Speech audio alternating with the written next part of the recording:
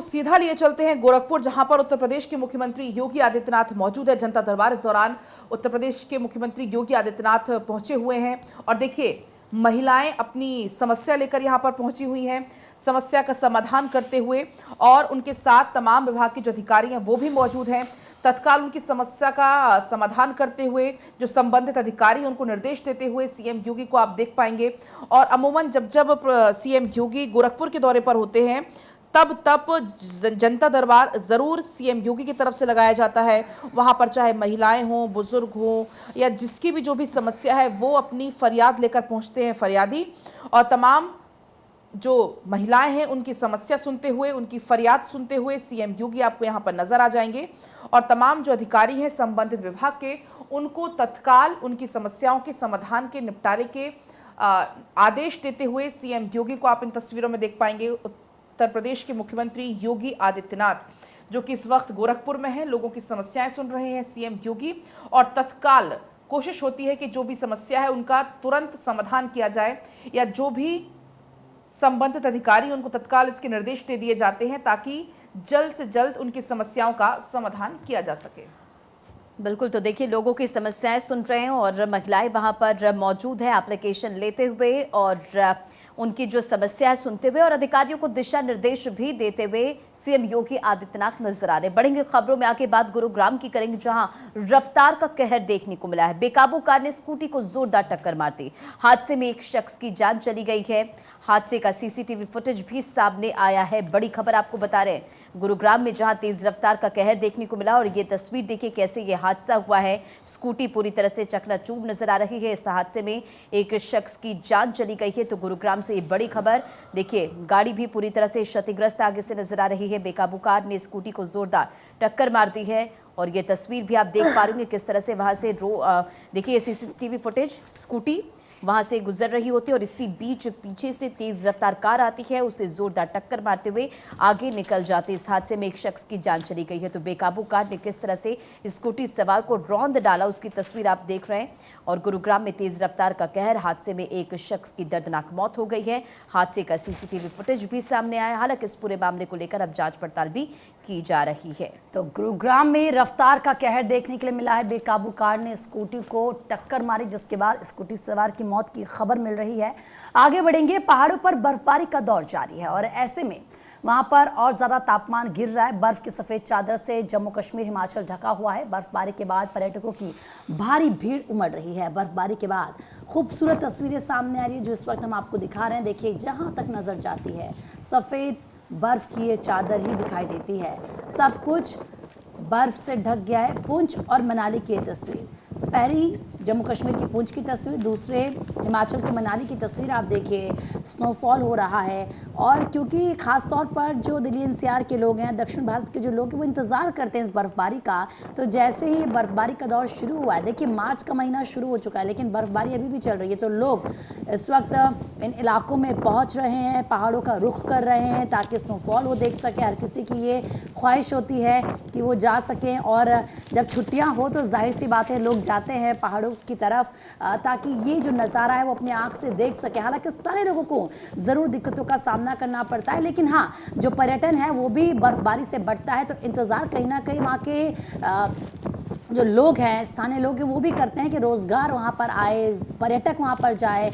और ये देखिए आप, क्योंकि एक तरफ तो पहाड़ों पर बर्फबारी का दौर जारी है, और अगर आप मैदानी इलाकों की बात करेंगे तो यहाँ पर शीतलहर चल रही है। दिल्ली एनसीआर की भी अगर हम बात करें तो कल देर रात भी बारिश हुई है, बूंदाबांदी हुई है। सुबह भी ऐसा ही मौसम बना हुआ है, बूंदाबांदी हो रही है, ठंडी ठंडी लहर चल रही है, जिससे तापमान में गिरावट आई है। और थोड़ी लोगों को परेशानियों का सामना इसीलिए करना पड़ रहा है कि मौसम बदल रहा है तो तबियत भी खराब हो रही है। और इस बीच अब बात कर लेते हैं अखबारों में मौजूद खबरों का। एक बार फिर से बीजेपी की पहली लिस्ट का जिक्र करते हैं, क्योंकि पहली सूची में कृपा शंकर को यूपी से टिकट दिया गया है। विवादित अजय टेनी को टिकट देकर चौंकाया है बीजेपी ने। यूपी में 80 सीटें हैं और 80 में से 51 सीटों के ऊपर टिकट्स घोषित कर दिए गए हैं, कैंडिडेट्स उतार दिए गए। लगभग मौजूदा सांसदों को रिपीट ही किया गया है। छत्तीसगढ़ में 4 सांसदों का टिकट कटा है, वहीं छत्तीसगढ़ में 11 सीटों में महिलाओं को तवज्जो दी गई है। आंकड़ों की बात करें तो 195 जो सीट्स हैं जिनके ऊपर कैंडिडेट्स को उतारा गया, उसमें से 28 महिलाएं हैं, 47 युवाओं को मौका दिया है, 27 एससी को मौका दिया गया, 18 एसटी और 57 57 ओबीसी कैटेगरी के कैंडिडेट्स को मैदान में उतारा गया है। महाराष्ट्र के पूर्व मंत्री कृपाशंकर सिंह है, उनके ऊपर भी बीजेपी ने एक बार फिर से भरोसा जताया है। जौनपुर सीट से उनको टिकट यहां पर दिया गया है। तो दिल्ली में 4 नए चेहरों के ऊपर दांव बीजेपी ने लगाया है पलक। और चलिए अब आगे बढ़ेंगे, एक और बड़ी खबर आपको बताएंगे। 15 से 17 मार्च को होगी आरएसएस की सालाना बैठक। आपको बता दें अखिल भारतीय प्रतिनिधि सभा की नागपुर में बैठक होनी है। अयोध्या यूनिफॉर्म सिविल कोड इसमें एजेंडा रहने वाला है। लोकसभा चुनाव से ठीक पहले होने वाली इस बैठक काफी अहम मानी जा रही है। हिंदुस्तान टाइम्स के हवाले से ये खबर है। बढ़ेंगे खबरों में आगे। तमिलनाडु में इंडी अलायंस में मतभेद। डीएमके के साझेदार वीसीके ने 3 लोकसभा सीटें मांगी है, जबकि डीएमके दे रही सिर्फ 2 लोकसभा सीटें। वीसीके नेता थिरुमलवावन ने अलायंस से सीट मांगी है। दे हिंदू के हवाले से खबर आपको बताएं। और चलिए खबरों में आगे बढ़ते हैं, कुछ और खबरें आपको बताते हैं। दरअसल सीएम स्टालिन ने की है नए तालुका की घोषणा। दरअसल थिरुवोनम होगा नया तालुका। आपको बता दें कि औराथ नाडु और पट्टुकोट्टई तालुकाओं का विभाजन होगा। नए तालुका में होंगे 45 राजस्व गांव शामिल। द हिंदू में यह खबर छपी है। अगली खबर राजस्थान से। राजस्थान में 7 आईएएस के तबादले किए गए हैं। 3 का 1 महीने में दूसरी बार तबादला किया गया। राजस्थान में भवानी सिंह देथा का तबादला हुआ है। नवीन जैन और कृष्ण कुणाल का भी ट्रांसफर कर दिया गया है। तो राजस्थान में 7 आईएएस के तबादले।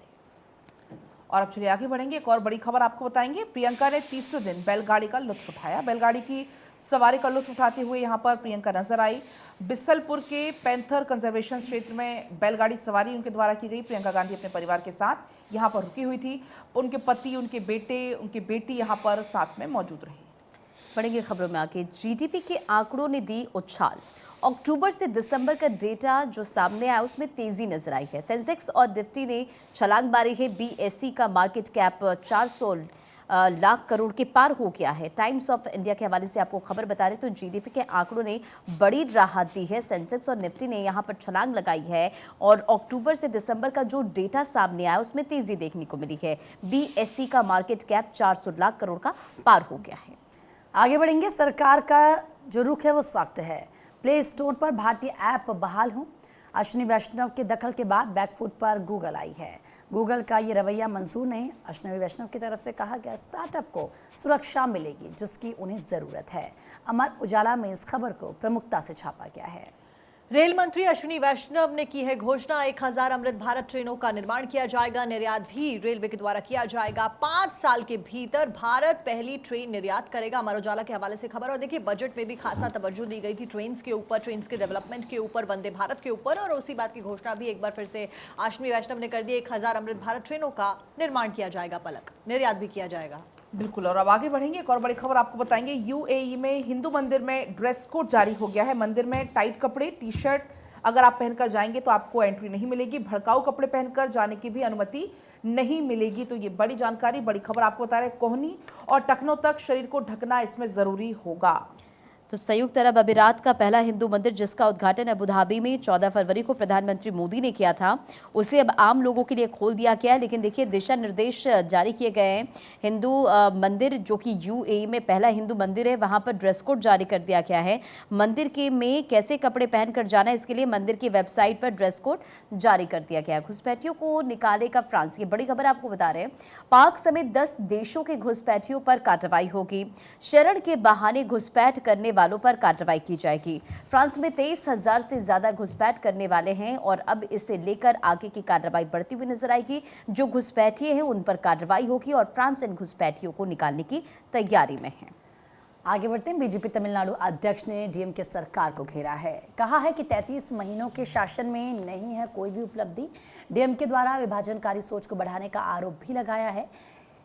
इंडिया जननायक काची कार्यक्रम में बोल रहे थे अन्नामलाई। इस दौरान उन्होंने तमाम बातें कही हैं।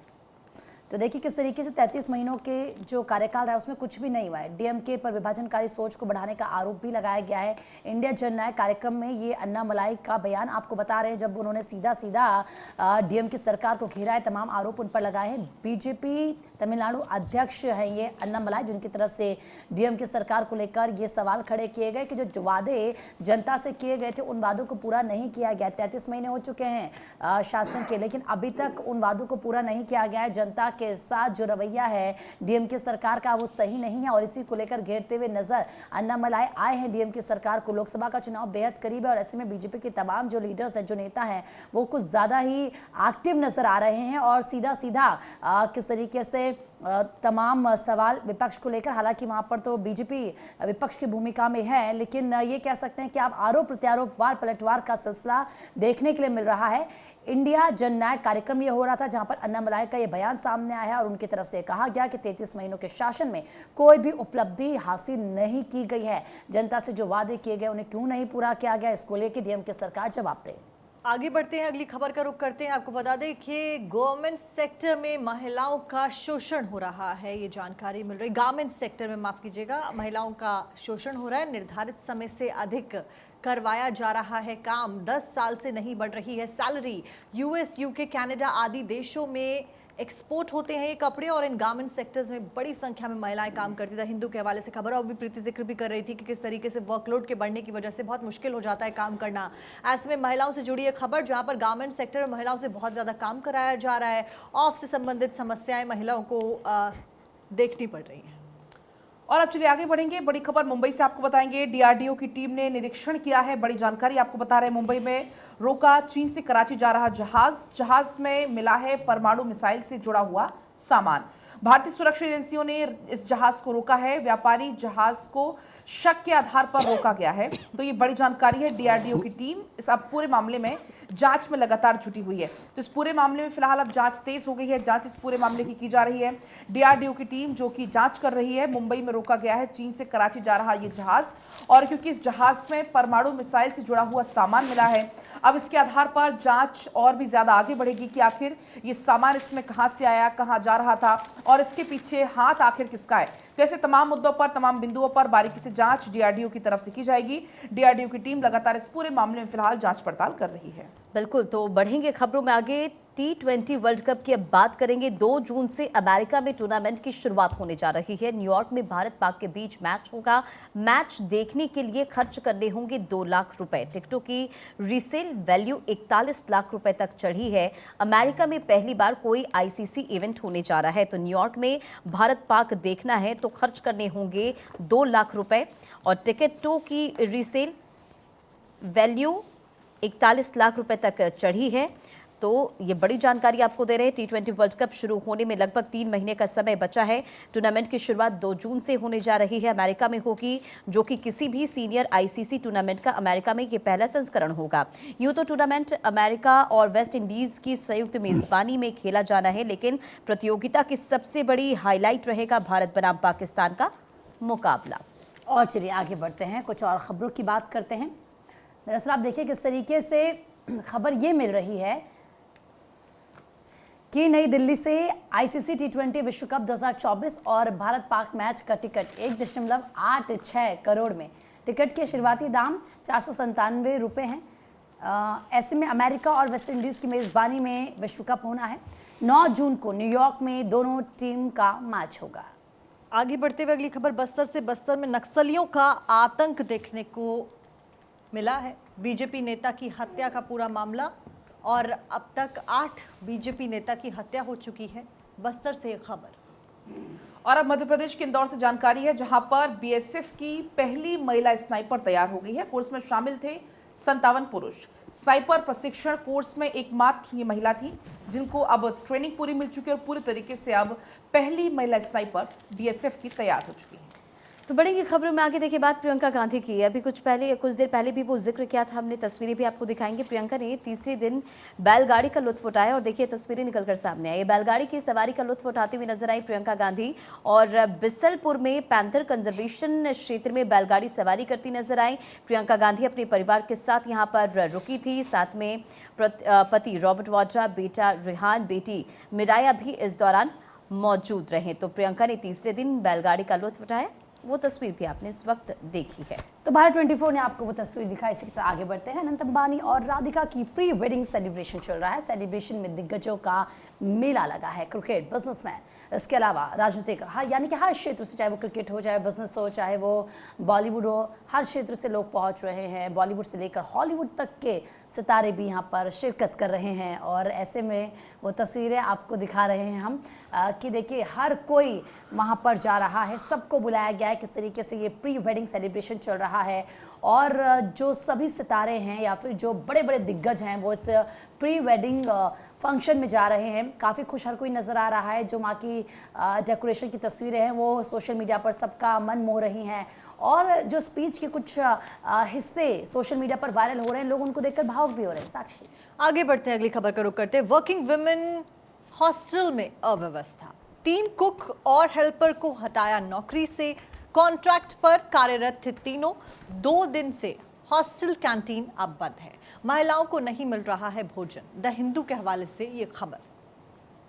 और अब चलिए आगे बढ़ेंगे। बड़ी जानकारी है झुंझुनू से, जहां पर यमुना जल समझौते से शेखावत को फायदा। ये बड़ी जानकारी है। शेखावटी की जमीन भी उगलेगी सोना, ये सीएम की तरफ से कहा गया। शिलान्यास उद्घाटन हम ही करेंगे, ये सीएम भजनलाल शर्मा की तरफ से कहा गया।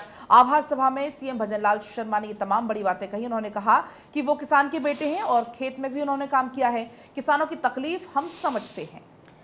तो बढ़ेंगे खबरों में आगे। 210 किलोमीटर की घुड़सवारी मिशन पूरा किया गया। दरअसल तिरुपति लौटी सफल एनसीसी टीम और ग्रुप कमांडर योगेश ने स्वागत किया है, वेलकम किया। आयोजनकर्ता प्रकाश ओरसी भी इस दौरान मौजूद रहे। द हिंदू के हवाले से आपको खबर बता रहे तो 210 किलोमीटर की घुड़सवारी मिशन पूरा किया गया और जब ये टीम यहाँ पर पहुंची तो उनका वेलकम किया गया। आयोजनकर्ता प्रकाश ओरसी भी इस दौरान पर मौजूद रहे। लोकसभा चुनाव के लिए बीजेपी की लिस्ट जारी हुई है। दिल्ली से चांदनी चौक से, अगर हम दिल्ली के चांदनी चौक से बात करें तो प्रवीण खंडेवाल को टिकट दिया गया। उत्तर पूर्वी दिल्ली से मनोज तिवारी को टिकट दिया गया। दक्षिण दिल्ली से रामवीर सिंह बिधूड़ी को टिकट दिया गया है। पश्चिमी दिल्ली से कमलजीत सहरावत को बीजेपी ने अपना प्रत्याशी बनाया, तो वहीं नई दिल्ली से बांसुरी स्वराज को टिकट दिया गया। तो देखिए वो जो कैंडिडेट्स जिनको बीजेपी ने टिकट दिया है उनका नाम इस वक्त बता भी रहे हैं और हर न्यूज़पेपर में, क्योंकि सबसे पहले जब हम ये खबर आपको बता रहे थे, रंजना बता भी रहे थे कि आज हर एक न्यूज़पेपर में फ्रंट पेज पर ये खबर छपी है बाकायदा। आप देखिए दैनिक जागरण मेरे पास है। अगर हम दिल्ली एनसीआर की बात करें तो ये कहा गया कि 13 सीटों में से 6 पर प्रत्याशी घोषित है। मनोज तिवारी को उत्तर पूर्वी दिल्ली से, रामवीर बिधूड़ी को दक्षिणी दिल्ली से, बांसुरी स्वराज को नई दिल्ली से, प्रवीण खंडेवाल को चांदनी चौक से, कमलजीत सहरावत को पश्चिमी दिल्ली से और डॉक्टर महेश शर्मा को गौतम बुद्ध नगर से टिकट दिया गया। तो देखिए दिल्ली में बड़े बदलाव किए गए भाजपा के द्वारा। यहाँ पर नई दिल्ली से केंद्रीय मंत्री मीनाक्षी लेखी की जगह पर पूर्व केंद्रीय मंत्री सुषमा स्वराज की बेटी बांसुरी स्वराज को जगह दी गई और ऐसे कई सारे बदलाव किए गए हैं। दिल्ली में 4 नए शहरों पर दांव बीजेपी के द्वारा खेला गया है। आगे बढ़ते हैं। पूर्व राज्यसभा एमपी वेमी रेड्डी प्रभाकर रेड्डी हुए टीडीपी में शामिल।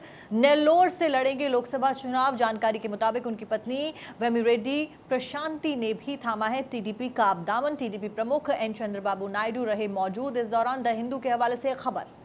आगे बढ़ेंगे। बड़ी खबर जयपुर से आपको बताएंगे। एसआई 2021 का सफल अभ्यर्थी गिरफ्तार हुआ है।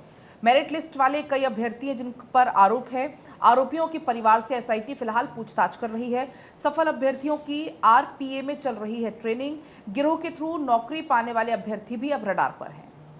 तो इस पूरे मामले को लेकर देखिए किस तरह से आगे की कार्रवाई बढ़ती हुई नजर आ रही, शिकंजा कसता हुआ नजर आ रहा है। वाईएसआर कांग्रेस का फोकस एससी/एसटी सीटों पर। अगली बड़ी खबर है विजयनगरम और पार्वतीपुरम जिलों पर फोकस है और वाईएसआर कांग्रेस जारी रखना चाहती है अपनी जीत का सिलसिला। कुरुपुम और सालूर और पालाकोंडा सीटों पर पार्टी सक्रिय हुई है। द हिंदू के हवाले से ये खबर आपको बता रहे हैं।